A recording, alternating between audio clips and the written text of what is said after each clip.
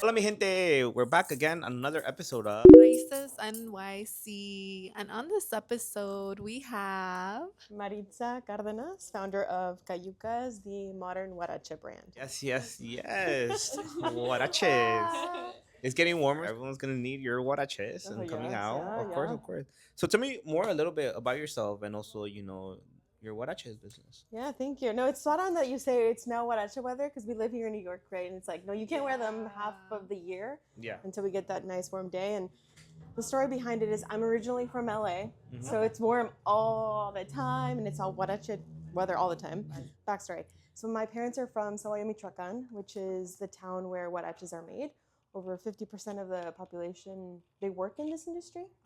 So I don't know if you guys grew up going to Mexico. I'm pretty sure you'd like with your parents and like visiting your hometowns, and that's something that I would always do, right? So every summer I would go and I started observing like, wait, there's these shoes that they sell in every puesto, like you see them in el mercado, en todas partes. And I started, in addition to seeing them in the shops, you would see the artisans like working in the shoes, like on the streets, like las tejedoras afuera de sus casas when they would be chatting with their comadres. You even smell like the leather, like the glue that they use.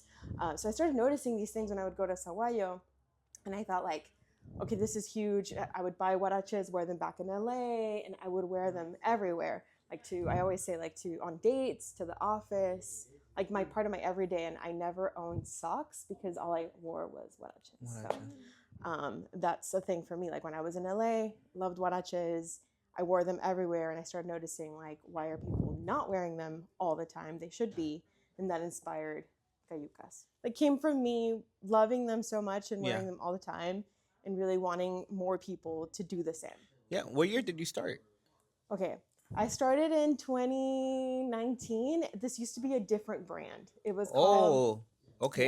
Yeah. So I'll tell you guys. Before it was called huaraches. Yeah. I mean, yeah. Yes, so pretty much. So it was called Morenita Mia, my previous brand. Okay. And also because pues soy morena, and there was a whole story behind that. Yeah. The brand was very pink, LA, like very cutesy. Yeah. And the shoes were very traditional. They were bright yellows, like the traditional weaving y todo. And I loved that brand, but I felt like, well, I moved to New York, and when I was here in New York, I felt like, well, I grew up, and like my lifestyle and what I was wearing in a sense, and what I noticed, like it felt more elevated in a sense, and it was like I've changed. You outgrew it, I would say, right? Yeah. You just outgrew it. Like, you were no longer about the pinks and the bright Right. colors. Yes, and I yes. think for New York, too, it doesn't make sense. We're kind of a little bit more toned down, but like our looks are usually more structured, Right. more like a certain color. You love your blacks. Yeah, we love our blacks. So it made sense. It makes sense when you That's decided spot to on. switch. Yeah. Thank you. Yeah. And so I started thinking, like, what do we do with this? Morenita Mia also doesn't sound like a brand. It's very too niche in a sense, and I wanted to broaden it to more people. So I was like, no, when people grab their Vans, their Toms, it ends in S, it's catchy. So I worked with two Mexicans, so two women. They're called Goodish. I love their stuff. So this brand has essentially been touched by all Latinos, and they come up with the name Cayucas. So Why Cayucas? yeah, why Cayucas? Because it was available on trademarks. Have you guys trademarked stuff before? It's insane. You're probably It's doing hard. it It's for- hard. It's hard. Yeah. It's so much. No, but it was full research. Like I gave them guidelines of like ends in S, needs to be a certain amount of letters. But we landed on Cayucas.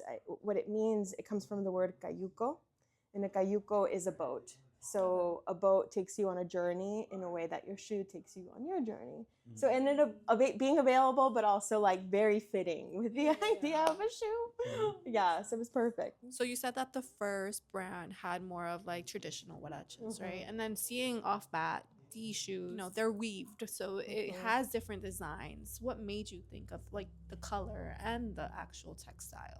Yeah. So when we were designing for Cayucas, I had a more traditional approach, I would say, and I had a really close friend of mine where we sat down and we noticed the original designs did not look like cousins, and that's what she told me. She's a great friend of mine. She was like, Maritza, your collection need to look like cousins, so what are you going to do to stand out? And that's when I started thinking, okay, like if you observe the traditional huarache, they're all colorful, they're not really, like you said, in these different muted colors in a sense. The black sole is not a thing. You will see black soles every now and then, But when I worked with my workshop with the artisans, I told them I want all of my shoes to have black soles, and they were like, "Se van a ver feos." Like, no, it's not a thing. And I'm like, no, let's push for it. Let's push for something different that our own people want. It's like not an elevated, because I'm not gonna say it's an elevated. It's like continuation, like a. Yeah, ¿cómo se dice? I always reference to Millennium Loteria. It's like they took traditional, pero lo modernizaron, because we're growing with times. Con los tiempos. Yeah. You know, so Yeah. when I started developing this, I went back to what Ari said of like, you know, what's trending here, color green. This is very much in season, so that impacted this color. This one has been super popular online. That's Julio's favorite color. Yeah, This I'm one? looking at it. Yeah. I love that Yeah, type of I need to green, release it from everyone's like this green.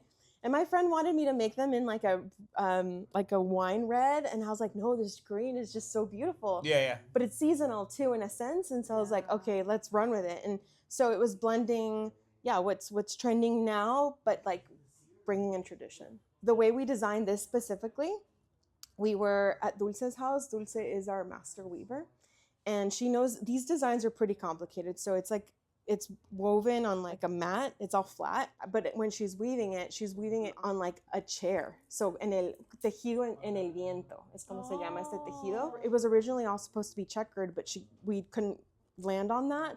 So then we started playing with like the mat of like, okay, how do we want it? And we're like, wait, this is a really cool vibe. Like if it's slanted like this, like you don't see it. Yeah. So I was like, this is like a thing, our thing. It's different. So what does like the process take to make one of the chanclas? Yeah. So it's so interesting. It's a lot of driving, a lot of back and forth. So many hands touch the shoe that you wouldn't really imagine that, right? So it starts off with, the leather is taken to the workshop.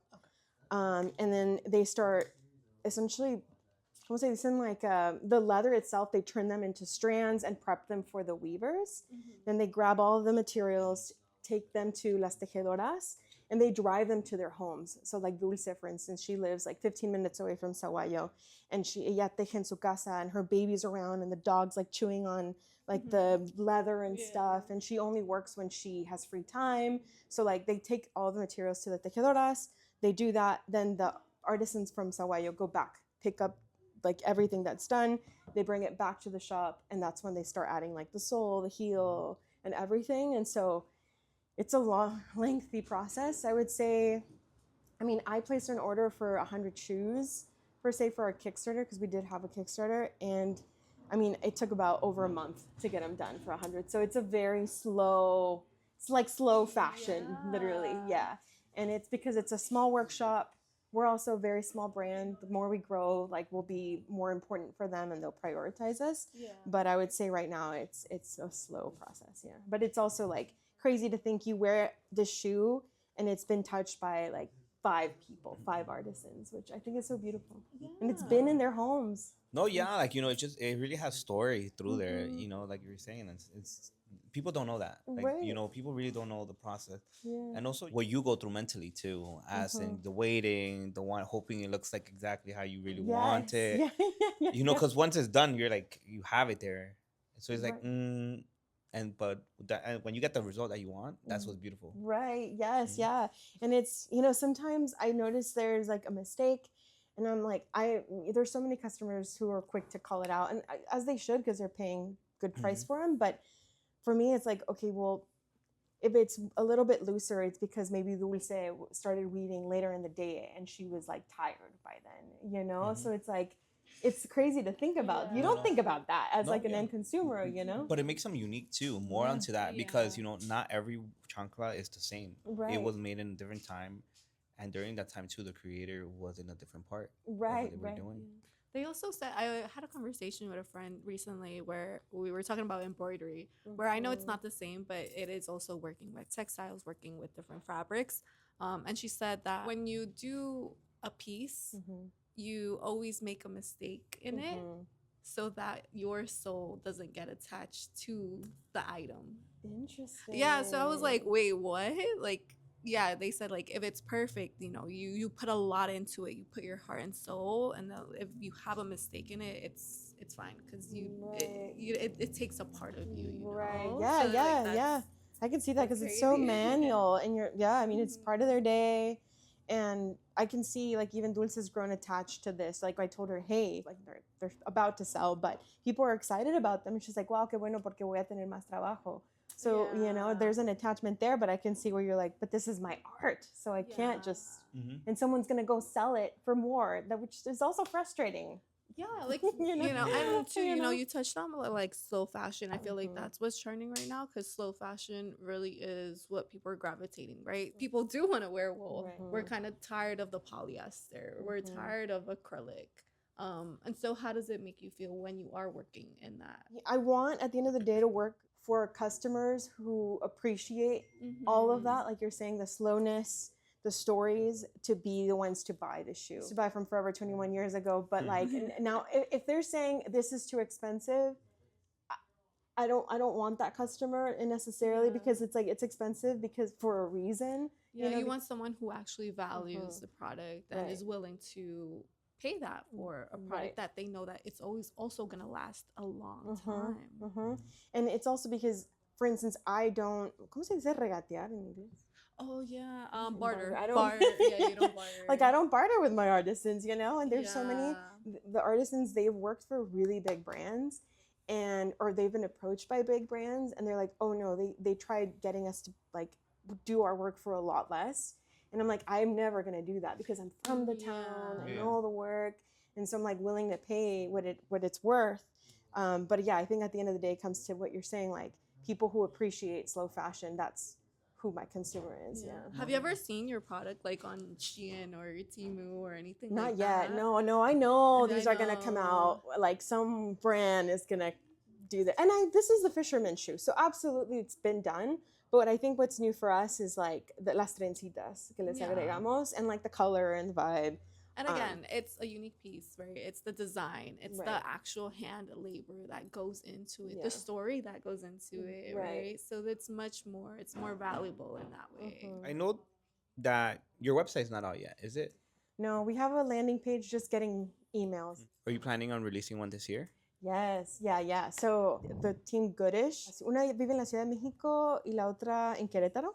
So they're Mexican women. I love their style is so trendy. They're like cool girls, you know.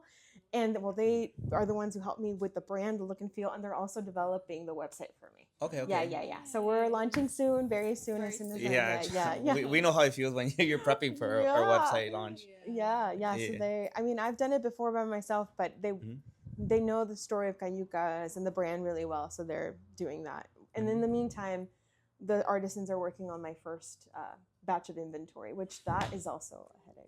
Okay, wow. You're running your business now. You know, you're getting ready, to make this launch.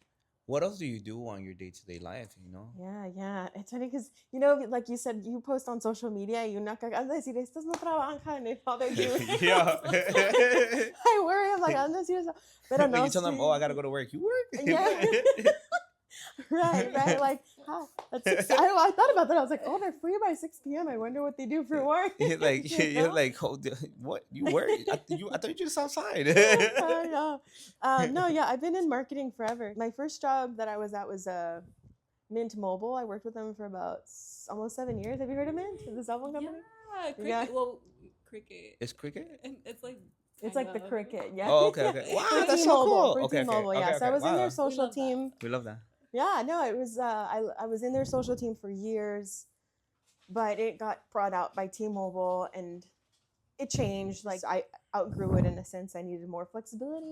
Okay. And so I now joined a new company called Employer, and I do like all marketing support for them. But I'm lucky in the sense that I work with a lot of entrepreneurs. Yeah. So like our product, we sell accounting services to them. And so I'm like highlighting them in blogs and this and that. And so it's like a way for me to connect with others who have a similar story to me. And like, because of that, the founders are like, they approached me because I have a small business. Okay. Yeah, I posted on LinkedIn and they were like, hey, we noticed you do marketing. You've been in this for a while. You also have your own business. Like you understand essentially us really well. So come work with us. And so I got lucky. Yeah, I've only been there for like 4 months. Okay, how are you enjoying it? How's everything with that? I love it. I love it. Yeah, corporate world is insane. You know, like if it's toxic, if you don't feel valued, you're not growing, it's rough. Another thing too is like being a woman of color, like if you don't see a lot of growth in your old companies and being supported, like, okay, bye, I'm out, you know? And this new place, it's more of like, right away they ask, Maritza, what are your opinions? No, like, yeah. are you approving this and that? I'm like, oh, I love this. No, you yeah, know? yeah, yeah. So I've But been also, lucky. good question was that. How do you deal with that too? They say, people of color like us, we have to, as Latinos ourselves, Mexican Americans, we have to work, twice as hard or three times as hard.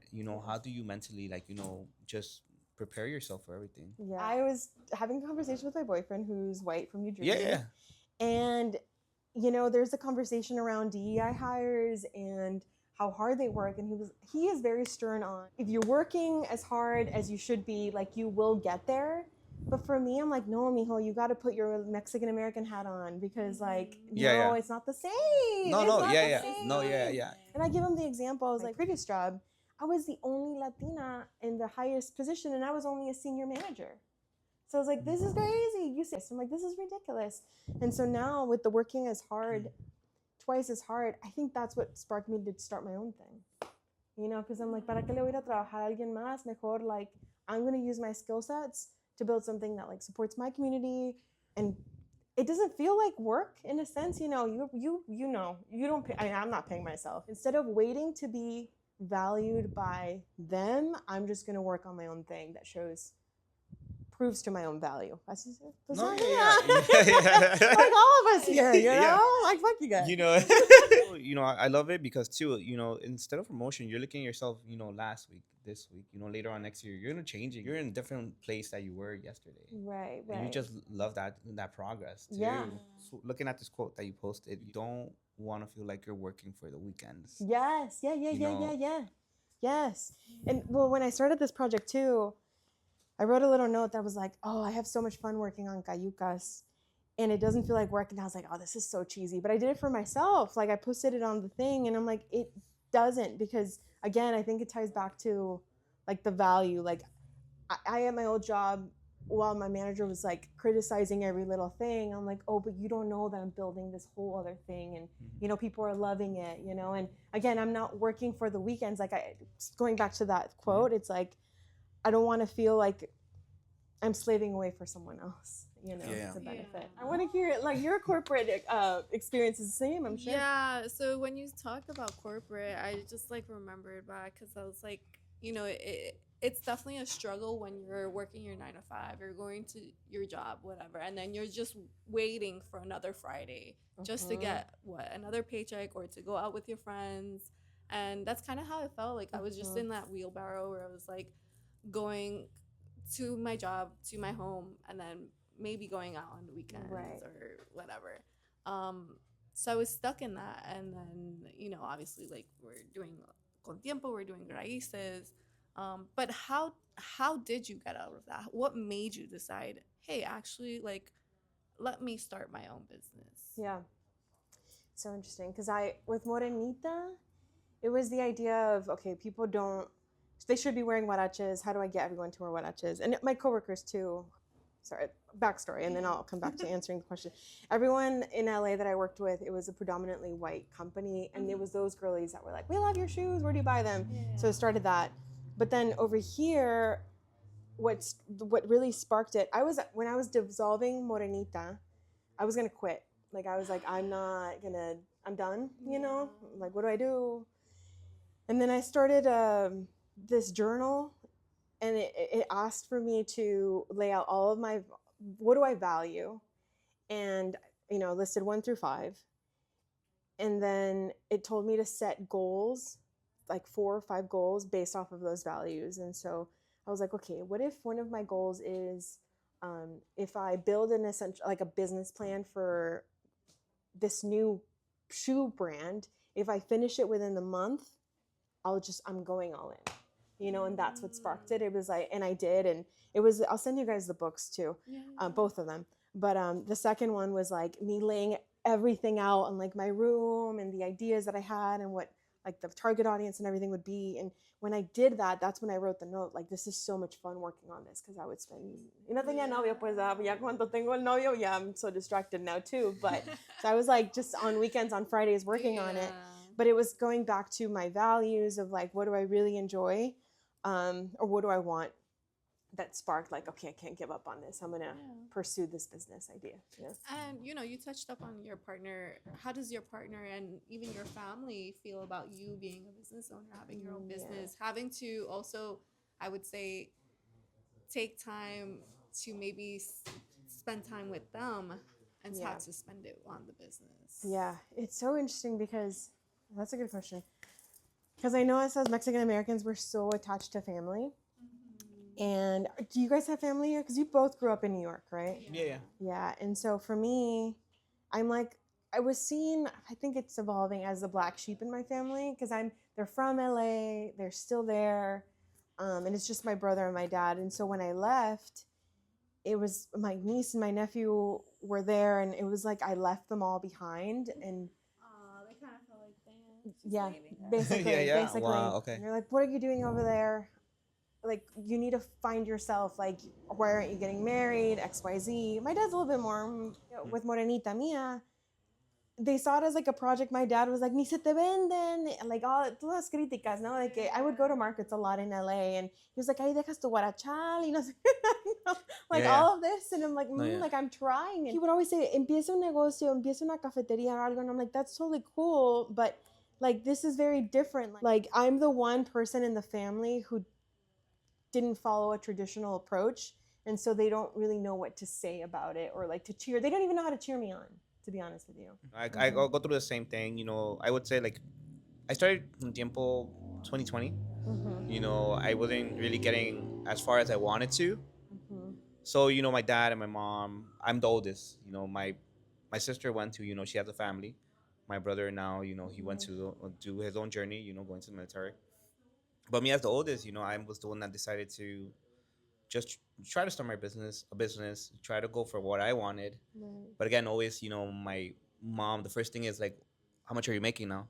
Right. Or my dad, like, he's like, I want to see you like do something with it. Like, don't just waste your time. Right. And in the beginning, those comments will really hit the spot, because they'll be like, all right, so how much you made? Oh, okay, so you're good now? Like, that's it? You're living off this? I'm like, no, not yet. Like, this takes time. And then, it's like comments like that, as in like, oh, like if it was me, like, I would just sell all of that. And to a point where I'm just like, then you do it. Right. Then start it. Then start something. Or where sometimes I'll have comments like, so why didn't you start a business now? Right. Since the 28 years that I've been here. Right. If you wanted, then you started. Right. But now things changed, to a point where they see me now, progressing, now having a team.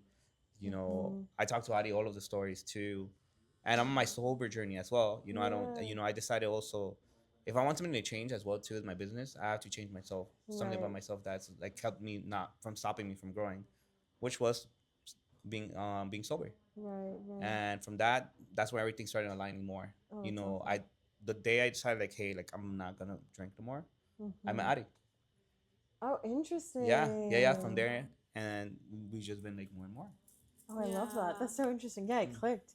Yeah. It's like when it's meant to be. The universe, I think, rewards you when it finally you sees that you decided to change and you're actually sticking to that. Oh, that's so interesting. It's funny that you say that. Because I'm going to just give you a quick example. But so much money has gone into this project and this and that. And I'm like, oh my gosh, I need a reset. And like a week ago, I started a 30-day reset where I'm like, no alcohol, también. I don't know if I'll keep it going for post 30 days, but I was like, I'm going to work out for 45 minutes or as much as I can every day, and working on Cayucas 45 minutes every day and trying to eat clean. And I'm like, today's like day 6, I believe. I'm going to work out when I get home. But I'm like, okay, there's got to be, because I knew something was wrong. And I was like, something's up with me. I was not as motivated as I was a few months ago. And I was like, I need to find something again to really get me going. And it was setting a challenge, which I posted about a few days ago también. So I'm like trying to be public and using that to... Wow. And I think that's around the time we also reached out. Yes. Okay, yeah, really? a week ago. Yeah. It's crazy. I always say you have to take care of yourself in order to take care of others, right? So sometimes you just have to step back, prioritize yourself, take care of yourself. How are you doing mentally, physically, health-wise, everything? and make sure that you're okay in order to give on to others, to your family, and of course your business, right? So I think the 30-day reset is definitely going to help you out, and I hope that you do keep your sober journey. I hope it goes well for you. You're getting these comments from your family as well too. How do you deal with that? The biggest thing has been like, I'm not asking for money here. You know, if I was, then you could say something about it, you know? But I feel like Latino family members they just love to be so involved in each other's lives in a way. And sometimes it's a good thing, but always he says, let me handle it. Como dijiste tú, you know, like, are you the one doing it? No, then let me do it my way. Okay, this is motivating me to do it for myself and not to prove them wrong, because I've never really had that mentality of like, I'm going to prove you guys that I could do it without you. No, it's more of like, I'm going to do this for myself. I don't really care what you think. I'm sorry. You know? You know, I wouldn't say like just think about it that way. Our very critics is gonna be ourselves, but also our family. But you gotta think about it for your families. They're just worried about you. But you know, as Mexican parents, they show love in a different way. Right. Because that's how they grew up with. You know. Right. You know, the more and more you keep going, it's like a test. You know, like you're hearing all of this, you know, from your family, and you're still going. They're gonna notice, like, oh shit, you said you have nieces. Yeah. You gotta think about it like this. You know, as year pass by, your nieces and nephews, you know, they'll get older. You wanna be like, at one point they're gonna be like, wow, this is like, you know, what my aunt did. Yeah. You know, True. like with my brothers, they love what I do. They see how hard I work too, and luckily so far I do get some of the comments from my sister, but I have my niece. Right. And at one point when I pick her up from elementary, from middle school, and she's gonna be like, wow, like that's your uncle? Yeah. Like, oh, like you did this, or like what should I wear? Yeah, that's awesome. No, that's you know, true. like, and you know, and also to my sober journey, I want to continue as long as I can. I don't plan ever drinking because I want to be there and fully, and for my niece to feel proud of me. Yeah. So at one point, you know, when she looks at me, she's like, wow, like he's able to do that. I'm gonna do that something too. Right. No, that's true.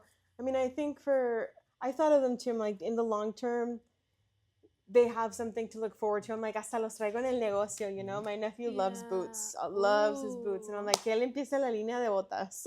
No, you know, that's what I thought too, but in a way. Like, it is true, though, how Julio said that, you know, the things that you start, it may not be for you, right? You could start it and it all goes down, but it's a starting point for your family, for your whole lineage to start doing things on their own. And even maybe, you know, down the line, your own kids, your own children, when you do decide to have, they'll be like, oh, wow, you know, she decided to do that. I want to start it too. And of course, your nieces are seeing that right now in real time. That's true. People may not say, oh, like, that's so cool or whatever, but they're watching, right? Yeah. They're definitely watching, and they're seeing what you're doing. You may be inspiring people that are not even related to you. And they're like, wow, if Maritza could do it, so can I. No, thank you.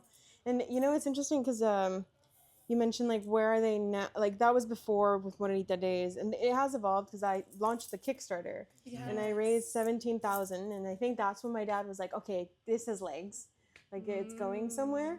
So from him, I've seen more support, and I've sat down with him, and I've pitched stuff to him. I'm like, Dad, what do you think? And this and that. So it's going easier with him there. But I think going back to this idea of motivating people, I'm curious what you guys think. Are you thinking, like, online, people hear our stories, they see our backgrounds, and that's when they're like, okay. Oh, definitely. You know, I think especially because of social media, I feel like the world has gotten very small. Me and Julio always say that everybody kind of knows each other, right? So everybody knows one way or another. Everyone's, like, kind of related in a way. But I think it's also reaching out to the Mexican community too, you know, a lot of the Latino community too. And they're seeing how, okay, like Maritza has like a Huarrache brand. Maybe I don't necessarily want to do a Huarrache brand, but I can start my own brand as well, and like see how she started her own. It's just a smaller world, and it's connecting everybody in such a beautiful way. I, for example, the reason why I wanted to do Raices, and even con tiempo, I've all these events that we're doing, I've never saw anything like that growing up for me, right? Like, I never saw somebody who looked like me on TV either, right? You see the telenovelas, they're all kind of basically white, right? Güeritas y todo. I wanted to do something for my own community where they could see somebody who kind of looks like us, who speaks like us, has a tradition, traditions like us wears huaraches. Where when I was younger, like nobody would be wearing huaraches here in Sunset Park, right? So no. there's things like that where we're changing, you know, and I think it's for the better. No. Yeah, we're changing. It's a whole new generation. People were not wearing huaraches. That's why I was like, wait, what's happening? Not even in the town itself. You know, you go to Mexico, and sometimes in our little pueblitos, they'd rather, like, ¿cómo se dice? Not the white chicken, but, like, como las telenovelas. Que uno ve que, nosotros vemos que los que triunfan son la gente más blanca, ¿no? And it's like, no, we also are doing stuff. A lot. Yeah, and they want to imitate that, whether it's by clothing, by how they dress, how they talk. But I think our culture is so beautiful too. We have so many different traditions, so much culture. We have like the textiles, we have the shoe brands, we have the clothing, you know, we have embroidery. It's a lot that we have, and now's the time to showcase it. And especially you with your huaraches, you're showing it incredibly how like the process is to making it into an actual shoe and how that comes together. What are your plans right now? Yeah, for the launch and stuff. So yes. Oh, so you're planning on launching in the summer? Soon. Okay, so where we're at now. TBA. I can share this here. So I've got the Kickstarter, and I'm finalizing. People that pre-order their shoes are getting them soon. Yeah. And I ordered about 150 pairs, hoping this spring, honestly, because we just started spring, right? So the idea would be I'd get my new 150 pairs. We launch the website, and people can buy. We have a wait list, in a sense, like an email list of about 1,700 people. Wow. So that's pretty good. So people Congratulations. care. Thank you. Yeah. So we're like, oh, my goal is to sell through in 30 days. I'm manifesting this. You will.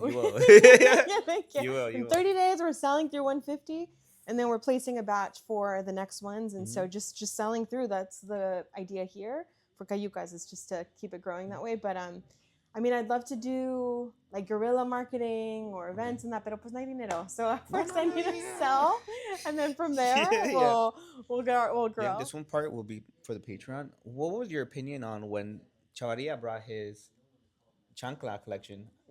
She was. I know. You were like, no. She was like, Chavaria. Well, you are the next Willie, you know, with your fashion and stuff. There you go. I don't know him too well. I mean, I know what with all that. He just did a Zara collab, right? Yeah. You know, I wrote a paper on Willie. I admire Willie as a designer. He actually got me into, you know, getting into clothing. Awesome. But again, you know, the more you learn more and more about, you know, people you admire, the more you're like, you know what? I don't want to do it this way. I think too, the thing is that when you become a bigger brand, right? When you have investors, when you have things like that, and it just, I feel like sometimes the owner tends to lose focus of like why they started.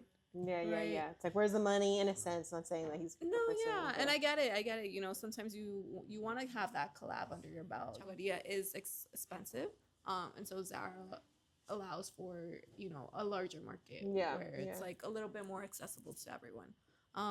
But how did you feel about that? That's so interesting. Sorry that you say that, because there's also Cuidado con el Perro, which is like a Mexican version of Zara. Well, no tanto. It's like an H&M. But I'm like, why didn't he do a thing with Cuidado con el Perro? But with the Willie, he gave us a moment. And I think a lot of artisans are glad it happened.